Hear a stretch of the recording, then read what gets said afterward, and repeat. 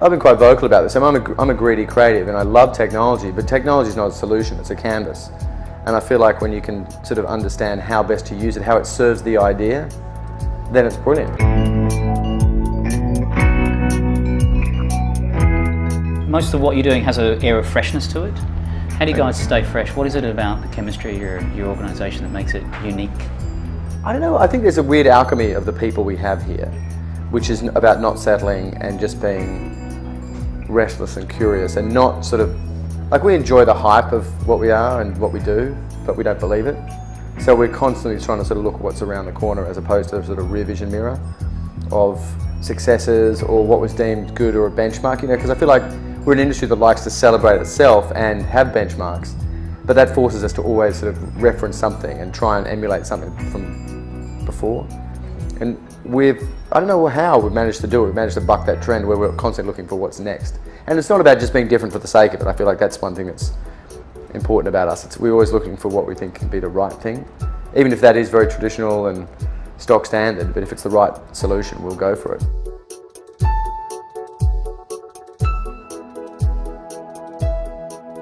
Where's the idea of technology? I mean, I think the technology explosion right now is pretty unique in that there's multiple platforms on multiple devices and all the things we dreamed up back in 1999 Sure. can now be executed upon.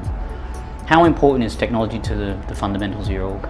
I love technology, what it can bring, but if the solution is let's do something on this device or with this piece of technology because we can, then you're already wrong. You know, and I feel like our starting point is always, what do we want the outcome to be? What do we want the ramifications of this thought or idea to be? And then what technology or canvas can allow us to do that. And it's great, so I'm not anti all these options now. I think it's amazing, but just because you can do something doesn't mean you should do something. Do you think the technology is evolving the art of storytelling? When it's done well, it is, and other times I'd say it's actually, you know, taken it back a notch. Because I feel like it's made it more intrusive and sometimes it's just for the sake of it, and that's where it gets, because also, you know, technology has made us everything more instant and accessible and all that sort of stuff, and it makes a bad story worse.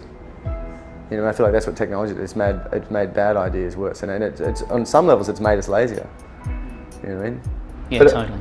I think it's a weird one because I think it's great for our industry. I mean, I think that the craziness of what's going on in our industry is really good for it because it forces change, it forces us to sort of look at what we're really producing, and it puts the onus back on the creative thinkers and strategic thinkers.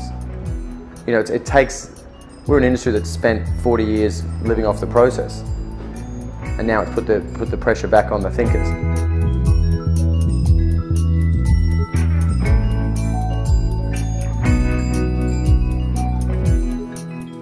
There's a premise that I believe in anyway, which is data helps explode creativity.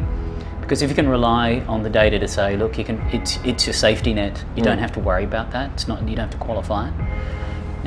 I think creatives can actually think more broadly and dream much higher. What do you think about that? I definitely. Like my objective for myself or for us isn't to be the most creative agency or the most creative people, because that's a subjective thing. I mean, my ego makes me believe I'm creative. You know, I want us to be the smartest.